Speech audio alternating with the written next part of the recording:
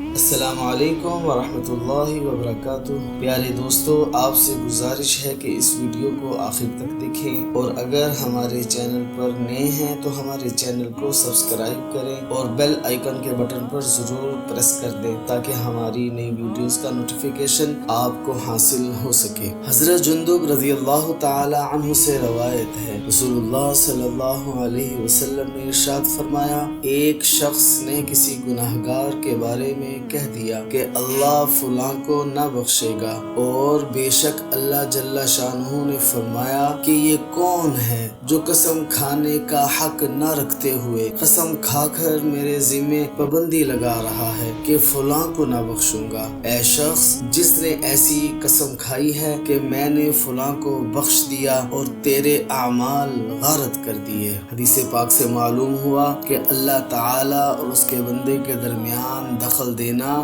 درست نہیں۔ کوئی کیسا ہی گناہگار ہو، جب اصول کے مطابق توبہ کرے گا اللہ جل شانہ اس کی توبہ قبول فرمائیں گے۔ بعض لوگ کہہ دیا کرتے ہیں کہ فلاں شخص کی کیسے مغفرت ہوگی، اس کے پاس تو مغفرت کا کوئی سامان نظر ہی نہیں آتا۔ ان باتوں کی کیا ضرورت ہے؟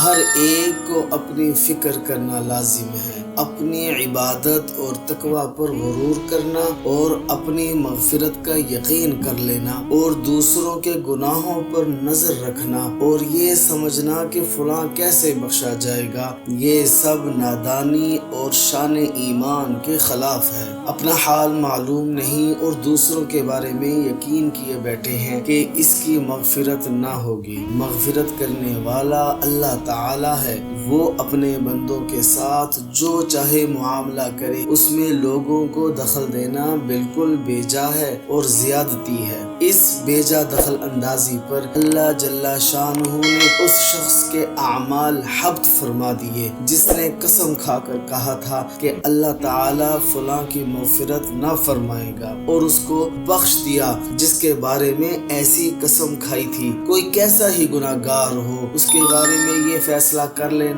کہ اس کی مغفرت نہ ہوگی جہالت اور حماقت ہے۔ حضرت ابو ہریرہ رضی اللہ تعالی عنہ سے روایت ہے، رسول اللہ صلی اللہ علیہ وسلم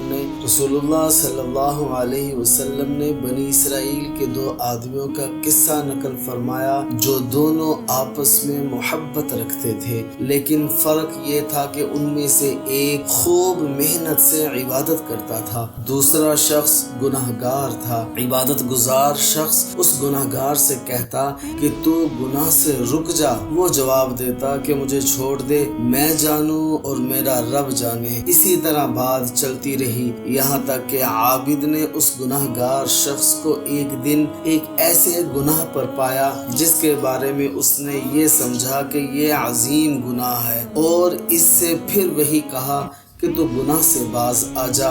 اس نے وہی کہا کہ مجھے چھوڑ دے، میں جانوں میرا رب جانے، کیا تو مجھ پر نگران مقرر کر کے بھیجا گیا ہے؟ یہ سن کر عابد کو طیش آ گیا اور کہنے لگا کہ اللہ کی قسم، اللہ تجھے کبھی بھی نہیں بخشے گا اور تجھے جنت میں داخل نہ فرمائے گا۔ اس پر اللہ جل شانہ نے فرشتہ بھیجا جس نے دونوں کی روحیں قبض کر لی، دونوں کی حاضری بارگاہ الہی میں ہوئی۔ اللہ جل شانہ نے گناہگار سے فرمایا کہ جنت میں داخل ہو جا، اور دوسرے شخص سے فرمایا جو عابد تھا، گناہگار کی بخشش نہ ہونے کی قسم کھا بیٹھا تھا، کیا تو اس پر قادر ہے کہ میرے بندے سے میری رحمت کو روک دے؟ کہنے لگا کہ اے پروردگار، ایسا تو نہیں ہے۔ اللہ جل شانہ نے فرمایا کہ اس کو دوزخ میں لے جاؤ۔